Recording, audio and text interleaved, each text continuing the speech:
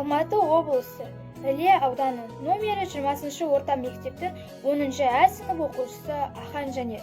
Денсаулық ол шынығу, күн сайын бір әдетпен.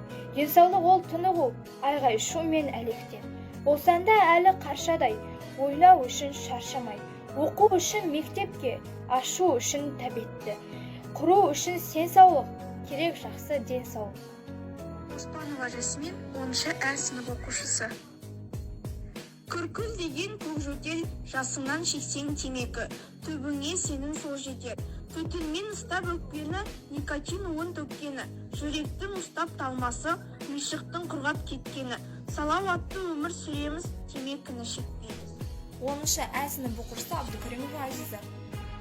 Қара айнаға көресің, өзіңді адам денесін. Қол аяғың басың барып, бұған кеуде қосылар. Құрылысың бұл сыртқы. Көрінбейді жүрегің, өкпе миың бүйрегің. Құрылысың бұл ішкі. Бабаң айтқан даналық, сақта жолын сен тауып.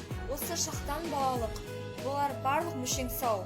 Жүрсе жылдар бойында, баяндалған осынау ережелер ойыңда.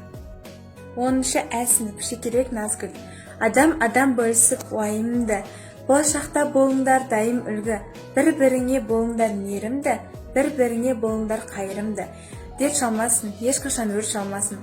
Алып емен ақ балтыр қайыңымды, бір-біріңе болыңдар қайырымды.